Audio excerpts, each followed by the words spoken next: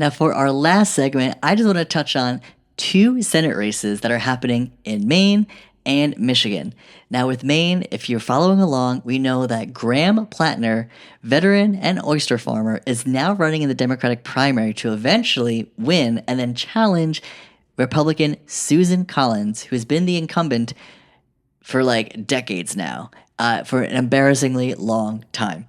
So let's just put a few things out there. Number one, Graham Platner, while he doesn't have the same political experience that Susan Collins does, he has the working class focused message and vision and is so determined to really fight the powers that be, to really challenge the establishment, but also how our government is functioning so that it could truly deliver for the people. Now, one great point that Graham Platner had called out on his social media that I would love to share is the fact that, Graham Platner is a veteran. He's been on military tours, so he knows what it means to be in combat. And that is not to be taken lightly, especially when our government right now is going to war with Iran.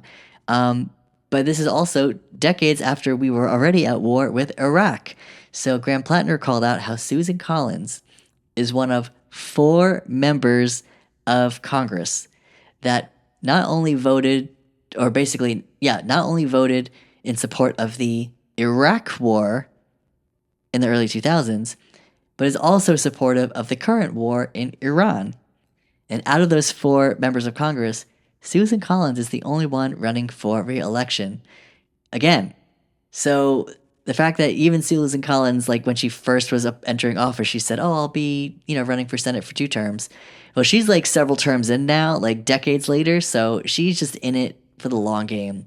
So the fact that she supported the Iraq war and she's supporting Iran and she hasn't changed her stance, like she has not learned from history one bit, like at all. And the fact that she is still running thinking that she is meeting this moment, like horrible. And of course, Republicans have they'll do anything to keep her in power. But here's the thing. Graham Platner is not coming to play. He is ready to win. And with that said, the first quarter of 2026, Graham Platner announced that, or at least his campaign had shared, that they raised over $4 million in the first 3 months of 2026. That is wild. So the fact that his grassroots message, right, is resonating all across Maine and around the country, Graham Platner is able to raise grassroots dollars without taking a penny from corporate PAC money. That is just so phenomenal and just shows the strength of his movement and his message. So I wanted to share that because I think it truly underscores how we don't have to vote for corrupt leaders. We don't have to vote for people who take the biggest paychecks, right? Grassroots momentum can go a really long way if it's with someone we trust and someone who has a message that's going to resonate with their respective district or state, and fighting for things that people care about. Like Graham Platner is fighting for taxing the rich. He is fighting to end all the forever wars. He's also fighting to improve our quality of life, especially for those out in Maine. So really excited to see what Graham Platner does next, and I'm rooting for him. So make sure that you vote for Graham Platner in the Democratic primary that's in Maine in June. So make sure your registration is up to date, because that will be someone you definitely want to vote for. So on top of that, now we have Michigan. So there's so much happening in Michigan. I can't synthesize it in 2 sentences, but let's do this. The past few weeks has been probably a turning point in the Democratic primary for U.S. Senate in Maine. First of all, it's an open seat. So it's not like it's Graham Platner's race where he has a target, whereas like Susan Collins, he can position his campaign framing contrast between him and her. Now in Michigan, because it's open, the candidates will have to make their case on who is the best candidate to fill that vacancy. Now, there are 3 candidates running.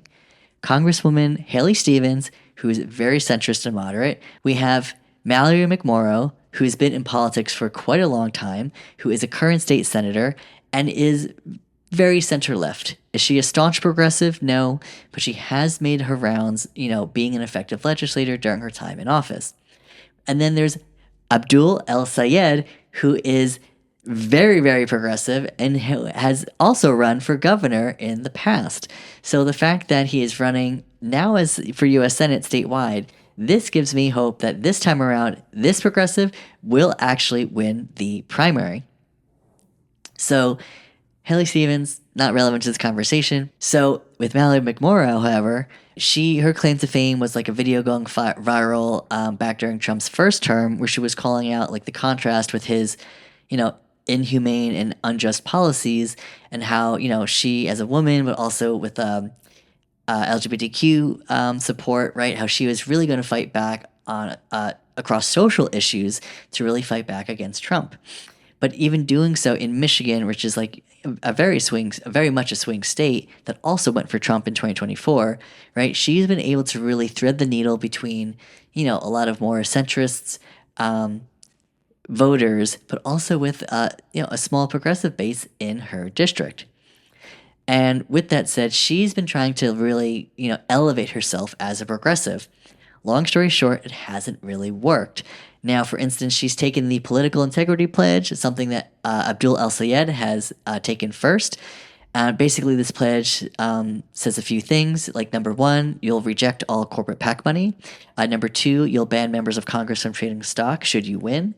And three, should you win and get into Congress, you will, if you have any personal stocks, you'll sell them before you get to Congress.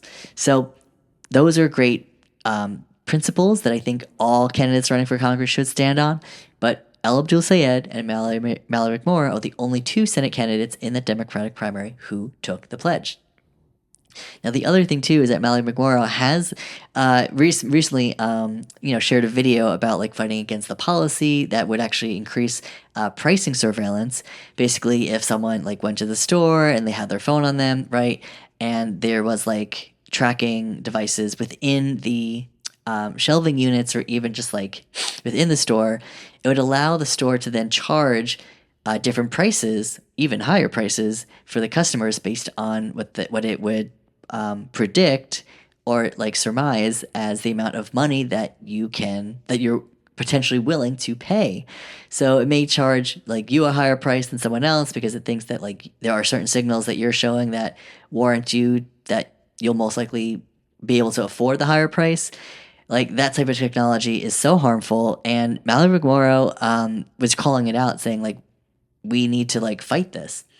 Now, as much as it's great in principle, David Sirota of The Lever. David Sirota was also a former speechwriter for Obama, and he's been a staunch progressive for years before it was cool. He actually called out that Mallory McMorrow's record showed that she actually supported these policies as a state senator. So the fact that she was like co-sponsoring bills that would actually like benefit pricing surveillance really goes against her like video saying like we need to fight against this. But the fact that she was in a position of power and didn't fight against it, that is worrisome. So again, between that type of issue based on policy and her record, also trying to meet Abdul El Sayed with the political integrity pledge, like it's great she took it, but like it just shows me like she's really just trying to stay in that progressive lane. And then lastly, right, we also know that Mallory McMorrow, like, she did call out Abdul El Sayed with having Hassan Piker at Abdul El Sayed's event. Now, there was an event in Michigan where Abdul El Sayed had Hassan Piker and Summer Lee, a Democratic Socialist black woman representing the Pittsburgh area district for Congress in Pennsylvania. So the fact that Summer Lee, right, like she's done phenomenal work, like really calling out injustice, but also like organizing wise.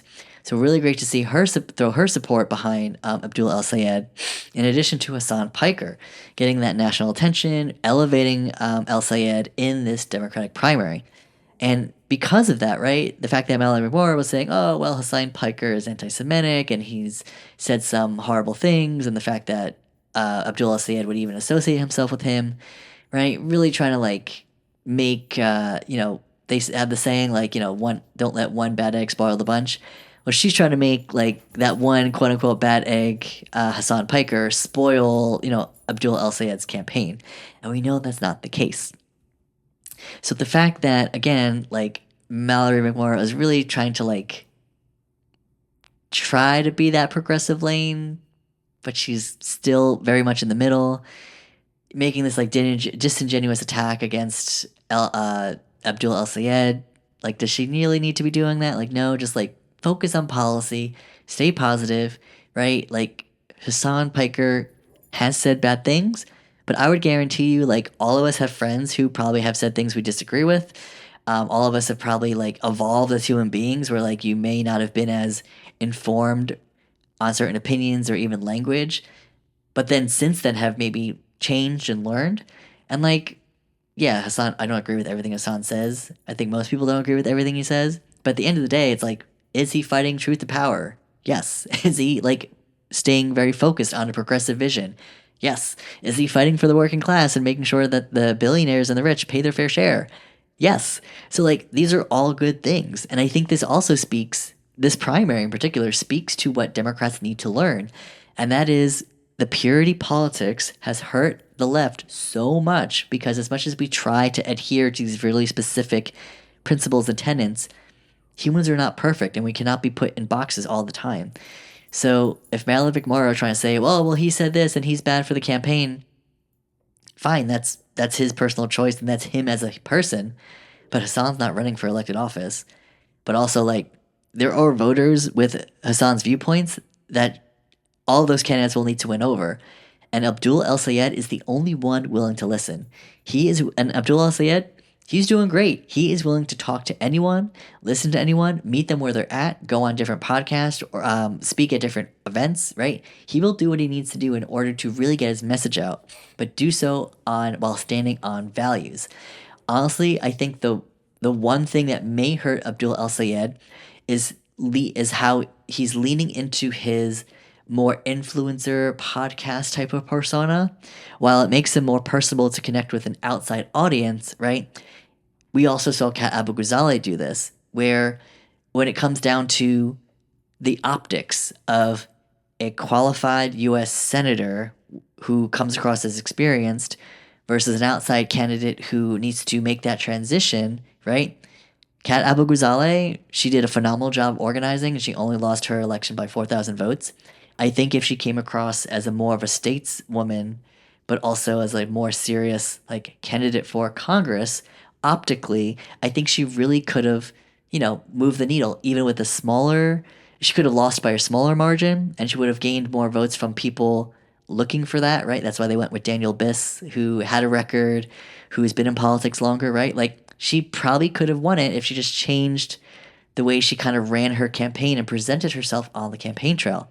Same with Abdul El Sayed. He's doing a great job talking to voters, but it's one thing to speak as like an influencer or a podcaster and another as a like senator.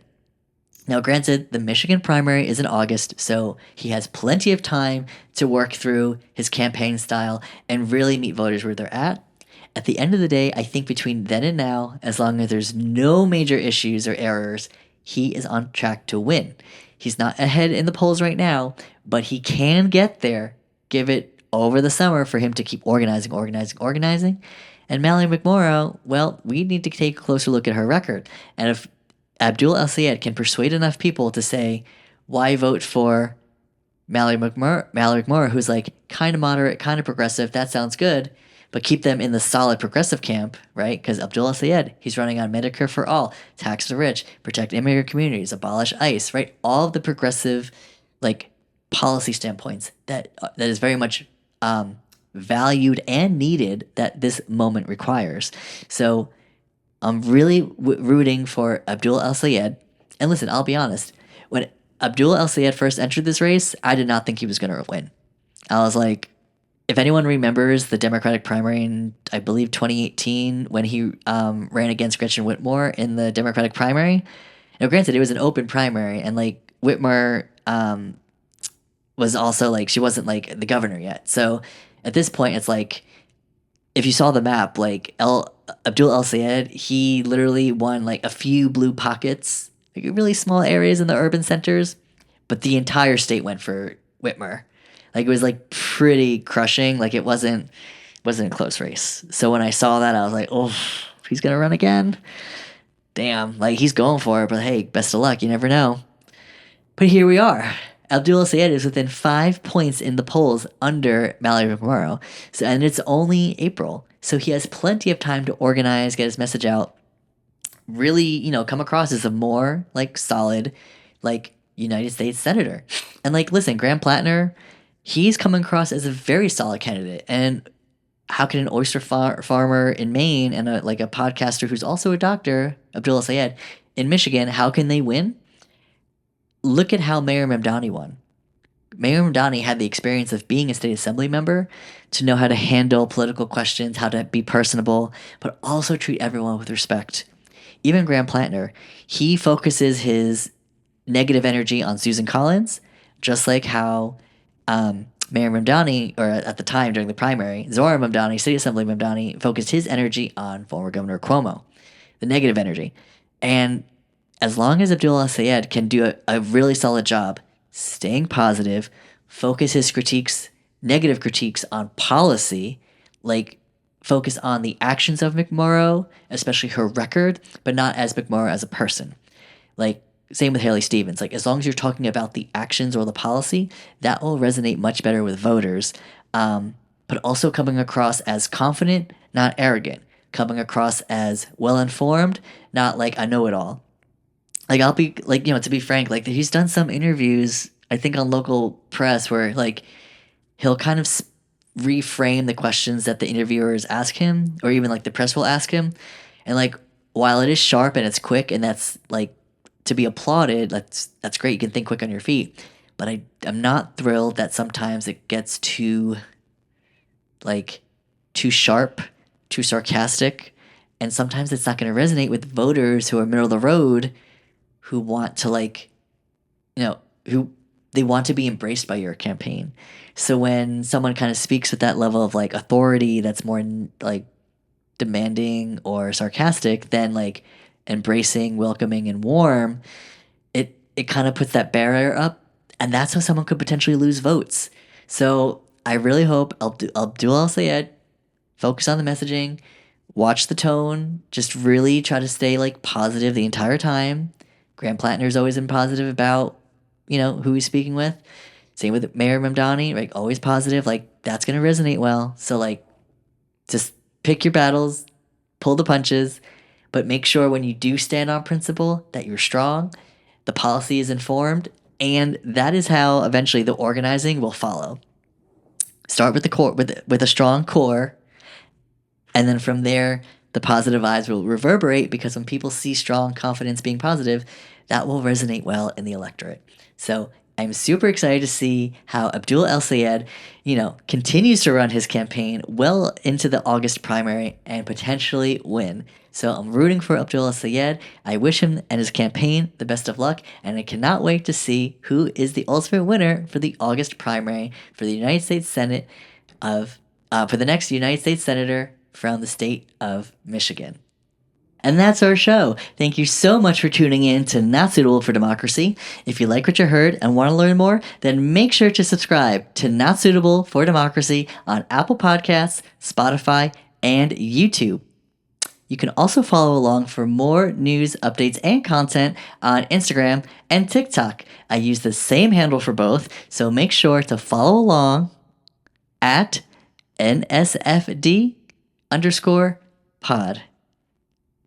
Thank you so much for tuning in. I truly appreciate the support, and I hope you learned a lot between what's happening with Kamala Harris for 2028. Of course, how do we learn from the Swabble scandal? But then also, what Mayor Mamdani has in store for his next 100 days. And then, of course, how you can get involved in your local democracy, especially if you live right here in Assembly District 34. So many great news and updates to discuss, and I cannot wait to share what we have in store for next week. So stay tuned, because remember, democracy is not suitable without you.